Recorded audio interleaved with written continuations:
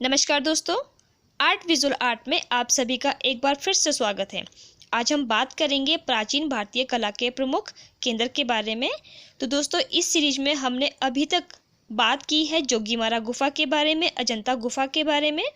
तो 2 गुफाएं हमारी कंप्लीट हो चुकी हैं। तो आज हमारी ये तीसरी गुफा है और जिसके अंतर्गत हम बात करेंगे बाघ गुफा के बारे में। तो आइए जानते हैं बाघ गुफा के बारे में विस्तार से। बाघ की गुफाएं। बाघ की गुफाओं के बारे में विस्तार से जानने से पहले हम इसके नामकरण के बारे में जान लेते हैं कि बाघ की गुफाओं का नाम बाघ गुफा किस आधार पर रखा गया। इसके बारे में भी विद्वानों का कई मत है। तो विद्वानों ने 3 मतों के आधार पर बाघ की गुफाओं का नामकरण किया गया। तो हम उसको विस्तार से जानेंगे। सबसे पहले हम बात करते हैं कि बाघ की गुफाएं जो है वह मध्य प्रदेश के ग्वालियर में विंध्याचल पर्वत की श्रेणी में स्थित है। और वहीं इसका पहला मत है कि वहाँ पे एक बागनी नदी है, तो इसी के किनारे ये गुफाएं स्थित होने के कारण भी इनका नाम जो है बाघ गुफा पड़ा होगा। दूसरा मत ये है कि यहाँ एक देवी का मंदिर है और वो मंदिर है बागेश्वरी देवी का मंदिर है। इसी के आधार पर भी इसका नाम बागेश्वरी या बाघ गुफा रखा होगा। और इसका तीसरा मत यह है कि इस बाघ की गुफाओं के साथ ही एक बाघ नाम का गांव है, तो इसके आधार पर भी इसका नाम बाघ गुफा रखा गया होगा। तो ये 3 मत है। तो इसमें से हम तीनों मत को क्रम में रखते हुए ये कह सकते हैं कि शायद इन्हीं में से किसी के आधार पर भी इसका नाम बाघ की गुफाएं रखा होगा। वैसे वहाँ रहने वाले कुछ लोग इन्हें पंच पांडव गुफा के नाम से भी पुकारते हैं, यानी कि हम कह सकते हैं कि बाघ गुफा का दूसरा नाम जो है पंच पांडव की गुफा भी है, यानी कि हम इसको पंच पांडव की गुफा भी बोल सकते हैं। इनका निर्माण गुप्त काल में हुआ था और ऐसा माना जाता है कि ये गुफाएं महायान बौद्ध संप्रदाय से संबंधित रही है और यह गुफाएं बौद्ध धर्म का प्रमुख केंद्र थी। इन गुफाओं का परिचय एवं विवरण सन 1818 में डेंजरफील्ड ने प्रकाशित किया। अर्थात सन 1818 में डेंजरफील्ड ने इन गुफाओं की खोज की थी। तो इस तरह से डेंजरफील्ड को इन गुफाओं को खोजने का श्रेय जाता है। इन गुफाओं को 1907 या 1908 में के लगभग की बात है कि ल्यू वर्ड ने इन गुफाओं को देखा था और इन गुफाओं के बारे में मुंबई की रॉयल एशियाटिक सोसाइटी पत्रिका में एक निबंध लिखा था। इन गुफाओं की 2 बार प्रतिलिपियां बनाई गई, सन 1920 ईस्वी में मुकुल डे और ठीक इसके 1 साल बाद यानी कि 1921 ईस्वी में नंदलाल बोस और असित कुमार हल्दर ने बनाई थी। इनकी द्वारा बनाई गई इन प्रतिलिपियों को आज हम गुजरी महल संग्रहालय जो कि ग्वालियर में स्थित है में देख सकते हैं।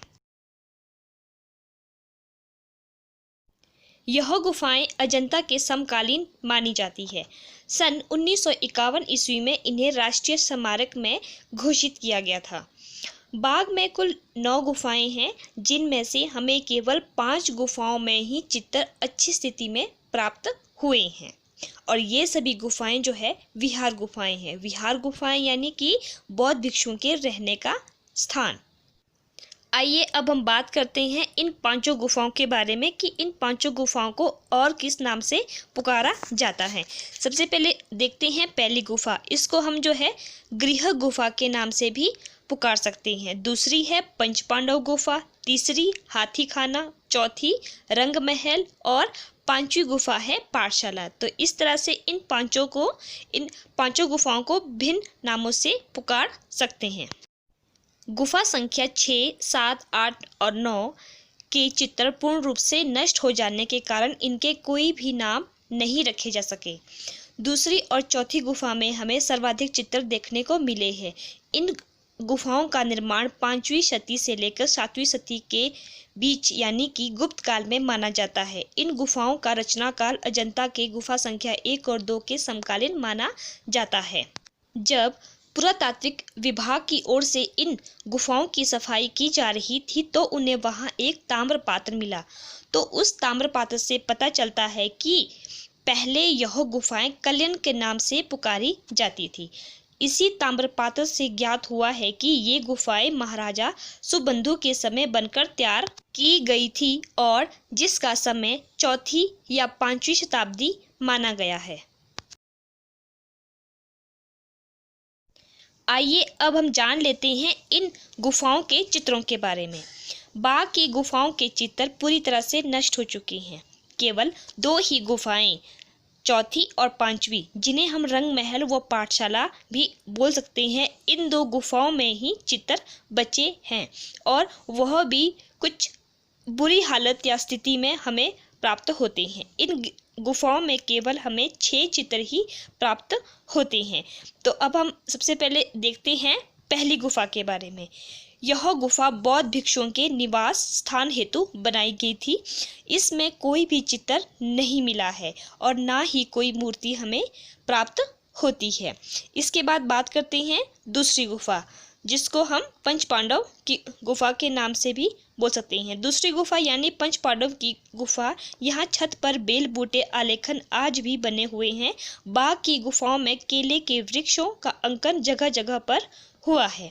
इसके बाद बात करते हैं गुफा संख्या तीसरी, जिसे हम हाथी खाना भी कह सकते हैं। किसी समय में यह महात्मा बुद्ध और बौद्धत्व के चित्रों से भरी हुई थी, लेकिन अब कोई भी चित्र यहाँ स्पष्ट रूप से हमें नहीं दिखाई देता है। नेक्स्ट है चौथी गुफा, जिसको हम रंग महल के नाम से भी पुकारते हैं। यहाँ से हमें महात्मा बुद्ध की मूर्ति प्राप्त हुई है, इसीलिए इसको चैत्य गुफा यानी कि बौद्ध भिक्षुओं के पूजा का स्थल माना जाता है। इस गुफा के बाहर बरामदे में लगभग 45 फीट लंबा और 6 फीट चौड़ा एक टुकड़ा शेष है और इस टुकड़े में 6 चित्र उपलब्ध है। इन चित्रों में एक चित्र शोकाकुल महिला का है और 2 स्त्रियां मंडप में बैठी है। एक शोकाकुल स्त्री चित्र तल के मध्य में अपने सफेद आंचल में मुंह छुपाए बैठी है और दूसरी स्त्री उस महिला को धीरज बंधा रही है। अब हम बात करते हैं सबसे लास्ट यानी कि 5वीं गुफा के बारे में। 5वीं गुफा यानी पाठशाला भी जिसे हम बोल सकते हैं। तो यहाँ से हमें कुछ चित्र प्राप्त होते हैं। यहाँ बौद्ध का एक सुंदर चित्र प्राप्त हुआ है जो अजंता गुफा के चित्रों से मिलता जुलता। बाघ की गुफाएं बलुआ पत्थर से बनी है और वे शीघ्र ही नष्ट हो जाती है। शायद इसी कारण से यहाँ अधिकतर चित्र नष्ट हो चुके हैं। तो दोस्तों, ये था मेरा आज का विषय। उम्मीद करती हूँ कि आप सभी को पसंद आया होगा। अब हम मिलते हैं अपने नेक्स्ट वीडियो में एक नेक्स्ट टॉपिक के साथ। तब तक के लिए धन्यवाद।